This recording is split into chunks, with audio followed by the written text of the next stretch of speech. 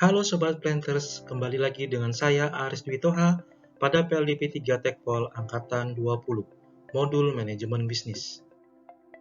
Pengertian, manajemen bisnis adalah suatu sistem pengelolaan semua aktivitas dalam perusahaan yang mencakup SDM, dana, bahan baku, peralatan, hingga pemasaran.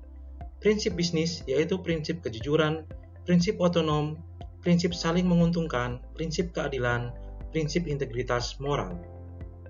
Usaha perkebunan adalah usaha yang meliputi kebun dan pabrik yang bekerja sesuai sistem yang baku sehingga membentuk komunitas dan berinteraksi dengan lingkungan sekitar. Fungsi perkebunan.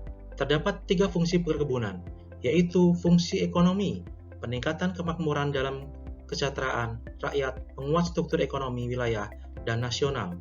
Fungsi ekologi, yaitu peningkatan kelestarian lingkungan, konservasi air, tanah, penyerap karbon, penyedia oksigen, dan penyangga kawasan lindung.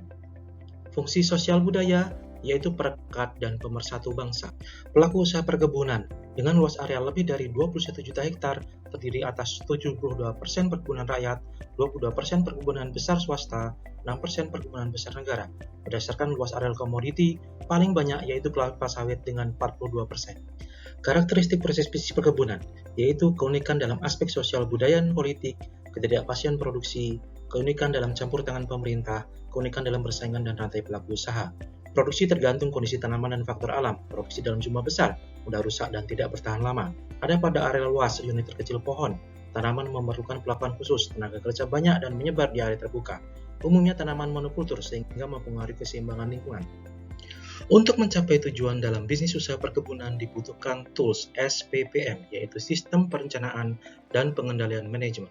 SPPM yaitu sistem terintegrasi antara perencanaan proses, strategi, penganggaran, pencatatan akuntansi, pertanggungjawaban dalam menjalankan organisasi untuk mencapai tujuan secara efektif dan efisien. Fungsi manajemen yang dilakukan yaitu perencanaan, planning, tertuang dalam RKAP, pengorganisasian, organizing, pembagian kerja, pelaksanaan, actuating, yaitu menggerakkan orang, pengendalian, controlling, yaitu melalui LM dan PB. Sistem perencanaan. Sumber daripada perencanaan yaitu kebijaksanaan pucuk pimpinan, hasil-hasil pengawasan, kebutuhan masa depan, penemuan-penemuan baru, inisiatif dari dalam dan luar organisasi. Syarat perencanaan yaitu berdasarkan alternatif SWOT, realistis, ekonomis, fleksibel, setiap saat dapat dievaluasi sesuai perkembangan organisasi, didasari partisipasi oleh berbagai pihak.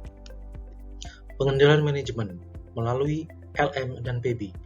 Elemen pengendalian manajemen yaitu 1. Lingkungan pengendalian, 2. Penaksiran risiko, 3. Pengendalian aktivitas, 4. Informasi dan komunikasi, 5. Pemantauan monitoring. Pokok-pokok permasalahan usaha perkebunan yaitu produktivitas dan kualitas produk on-farm masih rendah, persentase produksi on-farm tersebar dan di daerah, persaingan bahan baku yang relatif kurang sehat, off-farm belum berkembang, pajak dan berbagai pungutan sehingga menyebabkan biaya tinggi, kualitas dan komitmen SDM perkebunan relatif masih rendah, tekanan isu global, tekanan lingkungan, keamanan pangan, dan lain-lain. Problem solving dan decision making. Step-step di dalam problem solving pemecahan masalah yaitu masalah itu sendiri, analisis penyebabnya, solusi, dan rencana tindakan persoalan potensial. Dalam analisis penyebabnya, kita dapat menggunakan diagram Pareto, Fishbone, Ishikawa, Weiss, survei, dan penelitian. Decision making, yaitu proses memilih alternatif-alternatif terbaik dari serangkaian alternatif keputusan untuk mencapai hasil yang diinginkan. Ada 3, yaitu rational decision making, objektif dan logis, memiliki tujuan yang jelas, spesifik, alternatif yang maksimal. Bounded rationality, rasional sederhana, pemilihan alternatif memuaskan. Intuitive decision making, pengalaman, perasaan, dan akumulasi pertimbangan. Faktor pengambilan keputusan terdiri dari 2, yaitu perbedaan individu, di dalamnya kepribadian, jenis kelamin, mental, perbedaan budaya, dan 2, batasan organisasi, evaluasi kinerja, sistem imbalan, peraturan baku, batasan waktu, dan contoh historis. Sekian, terima kasih untuk modul manajemen bisnis kali ini. Kita ketemu kembali pada sesi berikutnya. Bye-bye.